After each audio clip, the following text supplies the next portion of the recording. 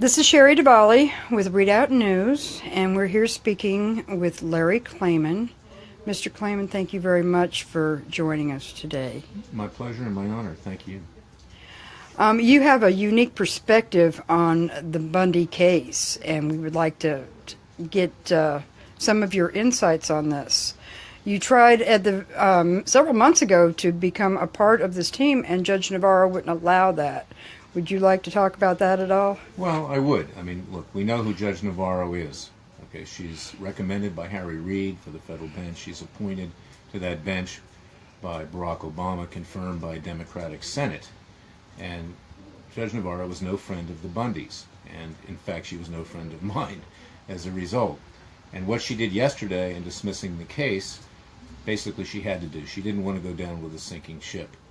The Las Vegas Review-Journal had said, quote, the prosecutors have a friend in Judge Gloria Navarro. This is in prior trials where she violated the constitutional rights of nearly every defendant. In fact, I think all of the defendants. So the bottom line is this, is that at the time this case was dismissed yesterday with prejudice, I was still fighting legally to get into the case. And I had a motion for what you call pro hac vice status pending. And my local counsel here, Mr. Whipple, would have submitted that. We just held it back to see what was going to happen, so it's now, as lawyers say, moot. But yes, this was another outrage. She denied Cliven speedy trial rights and the other defendants. She threw Cliven in solitary confinement at the first part of this case. She allowed evidence to come in at the last minute with regard to Dan Love, the BLM leader who committed so many crimes along this way. I mean, Judge Navarro basically was saving her own skin yesterday. It was kind of like rats fleeing a sinking ship. Do you think that her career is salvageable? Well, regrettably, yes. In the sense that federal judges they consider themselves to be untouchable, and they literally have to be caught red-handed taking a bribe to be removed these days. You know, in the old days, you had what was called, you could only continue for good behavior as a judge. You could be removed for bad behavior. Well, that doesn't apply anymore, regrettably. But I hope she's learned her lesson, and let's give her the benefit of the doubt going forward. Maybe this was a hard lesson to be learned. Don't tie yourself to Harry Reid and Barack Obama. What about Assistant or First Assistant U.S. Attorney Stephen Myrie? Can you weigh in on his current position? I'm giving my personal views here, okay? Stephen Myrie should be prosecuted. He should be a defendant in a case. He should lose his legal license. He lied to the judge. Even Judge Navarro said, I had been lied to by the prosecution. So excuse me, it's raining on me right now. Oh, I'm going to move a little bit. Yeah, I think they've had a little bit of leak problem. Yeah, we have some rain out here. It's a good sign. But yes, I mean, these prosecutors committed misconduct. Oh, it's getting you. Let me move over here out of the way. Here, try this seat. I wasn't getting it. I can sit just like this.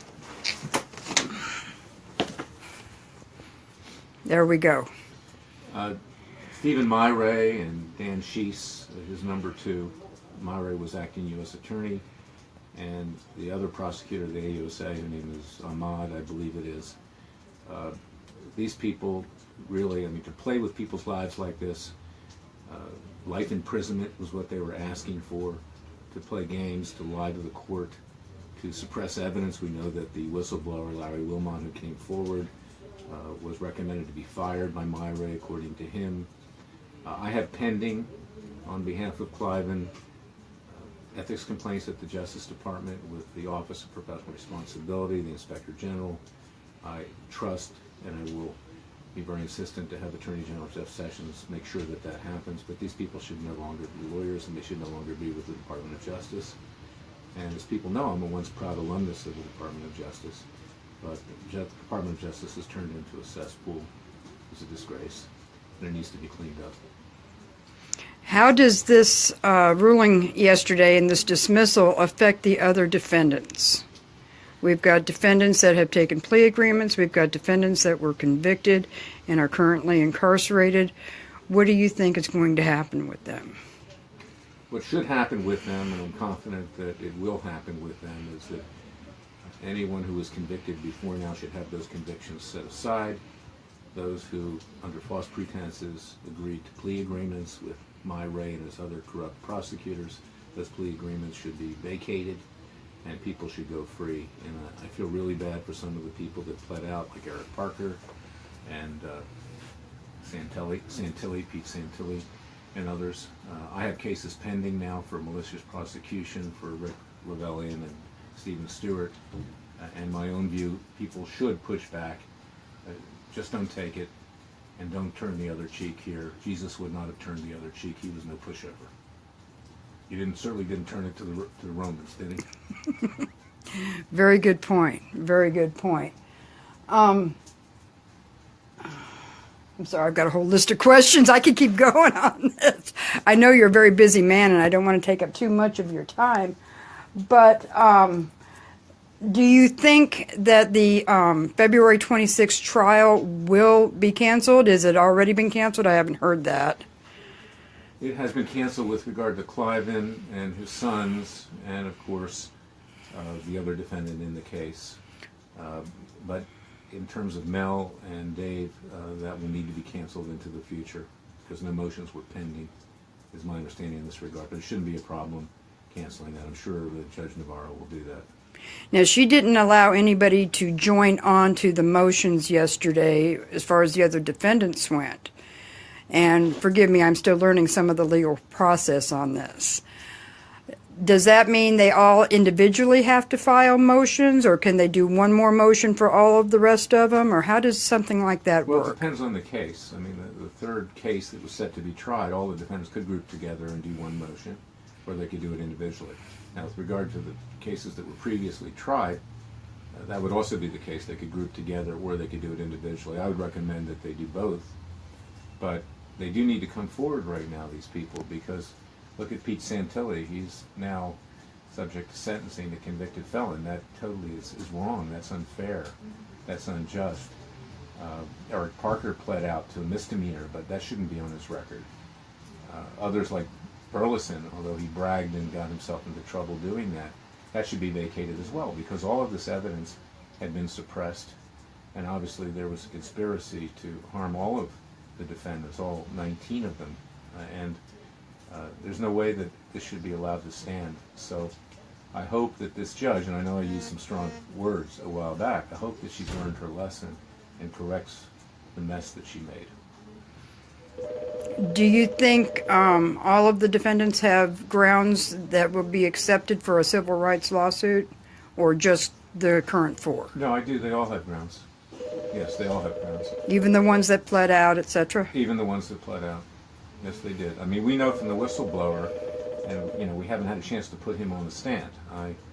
Ryan Payne had filed a pleading. I helped him with it when he did say, look, we'd like this whistleblower to come in and testify, Your Honor, talking to Judge Navarro, before you even rule on whether to dismiss with prejudice. And I think that boxed her in to some extent, because you bring the whistleblower forward and there would be no doubt where this case is going, down the drain, which it did. And according to that whistleblower, they had kill lists of people. They had people with X's on their heads as targets. Mormons were being disparaged as retards and things like that. It's a fine religion, and Mormon people are fine people. There's no excuse for that. And Myra himself was covering up evidence. We don't know what else was covered up. I have a Freedom of Information Act lawsuit pending in D.C. We got a judge like Navarro who just rubber stamps what the government wants. I'm still fighting that. But if you can believe this, the FBI and Bureau of Land Management said it would take them 41 years to produce the documents which they already have. And I told the judge, I said, look, we'll all be dead by then. Even this young Justice Department lawyer that's trying to defend BLM and the FBI, she'll be dead too. But yes, there are judges out there like Navarro, she's not the only one, that are highly politicized, highly corrupt, and they will do what their benefactors want them to do. In this case, it's Harry Reid, and this judge in D.C., she's a Clinton appointee, so she has a special love for me. One of the issues that keeps getting brought up is the fact that attorneys, when they're in law school, are never required to read the Constitution. Is that what you have found? Is that true? Well, yes. I mean, you can get out from under that. I was one of the few students at Emory Law School that actually read it. and I've read the cases too. But that is true. You can read what abbreviated cliff notes, in effect, and it'll tell you what's in the Constitution. But you should read the Constitution, and it's very important. It'll give them case law and opinion on the Constitution. That's in correct. Other words. You know, and one of the great things about the Mormon religion is the Mormon religion. I learned a lot from Cliven over the last 2 years. I've known him for 4 years, but I visited him in prison at least 25 times, and we spent time together, and we bonded, and we got to know each other, and we prayed. But the Mormon religion believes that the Constitution is incorporated into the Book of Mormon. It's there. Okay, it believes that the United States, even though Mormons are one of the tribes of Israel, is the promised land, even before Israel. Israel's second. They're both important. But the Constitution is sacrosanct, and that's why when you walked into court yesterday, what I thought was most remarkable was looking at the Bundy family, how calm they were, and how confident they were. And they weren't nervous. I was more nervous than they were, because they had faith in Jesus and the Heavenly Father, and they had faith in the Constitution that it will prevail. And they weren't nervous at all. Well, they have certainly come through in ways that not too many people could. They are still smiling. I saw Carol today, and she's just a joy to be with. And Cliven, he's smiling, and I don't know how he does it after 700 days in prison. Well, that's what hit me, too, is that Cliven came out yesterday when they released him in the lobby of the federal courthouse here in Las Vegas, and it was like nothing had happened, like he hadn't been imprisoned for the last 2 years, and he came out there fighting and saying, look, you know, we're going to push back, and we've got to, in the appropriate legal way, and we're going to win. We've got a job to do here. We have to get the land declared Nevada land, and we have to seek justice here. And this is a great, great family that I've come to know. I consider myself to be an honorary part of it. Well, you have certainly been a great help to them, and you have not stopped that battle, have you? You've continued that. And I won't. No, there are many things that we have planned, believe me, and we're discussing it now, what's going to happen. But I think anybody that knows me knows Cliven. You can pretty much figure it out. Well, thank you very much. We appreciate you taking the time with us, and we hope to catch up with you again soon so you can let us in on some of those plans. Yeah, thank you, too. And if, you know, we keep people updated, go to clivenbundydefensefund.org, because we put everything up there that's going on. There's a lot that's still going on. And we will certainly do that. Thank you again, Mr. Thank you. Klayman. And this is RedoubtNews.com. Questions?